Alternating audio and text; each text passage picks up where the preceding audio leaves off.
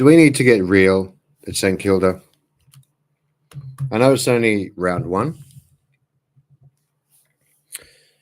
and our record in Adelaide has never been great against either of the sides. But that was terrible.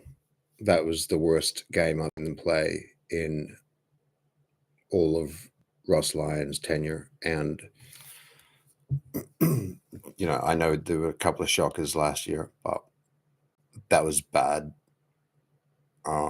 We're entirely outplayed and uncompetitive.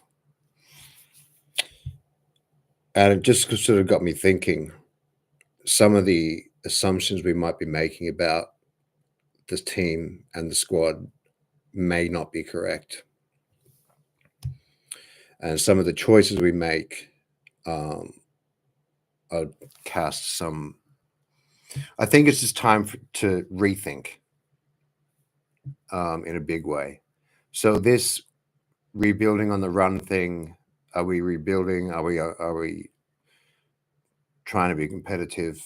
I think sometimes being caught in the middle is like the idea of rebuilding on the run is great. I think if you start at a strong position, right? So you're if you're a successful team and you keep your draft picks and just keep as good players retire, you get in the best draft picks you can. Rebuilding on the run is easier when you start in a stronger position. We're not starting in as strong a position as I feel we need to be. So a couple of examples, for just taking, it's one game. I know it's only one game, but perhaps a rethink could be in order. So I'll start with just a few of my kind of thoughts. Zane Cordy, what's the point? Now, I know he snuck one through in the final quarter for a goal, but we know that he's a backup defender, and he's done some nice things for us. Although most of that nice stuff was in the forward line. I don't think he's a AFL standard one-on-one defender. I know he's been in a premiership side. I get that. But clearly he's not an AFL standard one-on-one defender, and that's really all he's got. So why pick him? Why play him at all? If we're rebuilding, why not play Barrett? Because he may have he would have been beaten probably just as Zane Cordy was beaten. But you've got a game into a future tall defender. I just don't see the point of picking Zane Cordy. Howe's injured, so go to Barrett.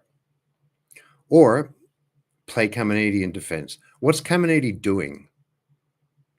I don't understand. I don't think he understands what he's doing. I know he's a reasonably good kick for goal, but his big point of difference is his marking capabilities, right? Particularly, he'll bring the ball to ground. He'll spoil and he will take marks. We not try him as a third tall. So I'm thinking, on the weekend, should we not have just gone with Wilkie, Caminiti, and Barrett in defense as the talls?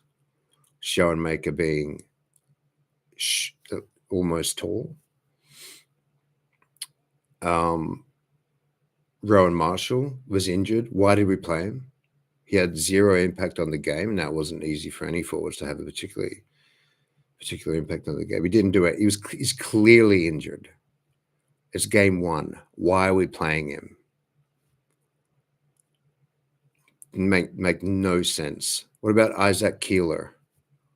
Would he have had a better chance at taking a few marks and kicking a few goals than at clearly, obviously injured Rowan Marshall?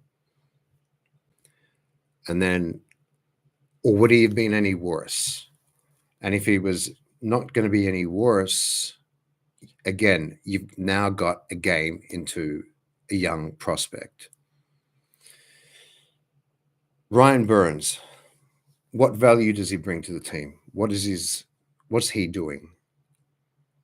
Does the club know what he's doing, what he's there for? I think by now we'd have to sort of say, okay, we reckon there's going to be other guys that are probably going to go past you. And if we think that, we should play them. Where was Boxall? He's had a promising preseason. Why aren't we playing him? Look at the biggest positive out of the day was probably Max Hall, right? I mean, Jack McRae did what Jack McRae's going to do, which is great. The other positive was Max Hall. His presence on the forward line. It was his first game. Well, where's Hugh Boxall? And there's another thing, this is going to be controversial, but Jack Steele. Jack Steele's a great clubman and a great St Kilda person. And he had a couple of years where he was an extremely good midfielder, one of the better ones in the country.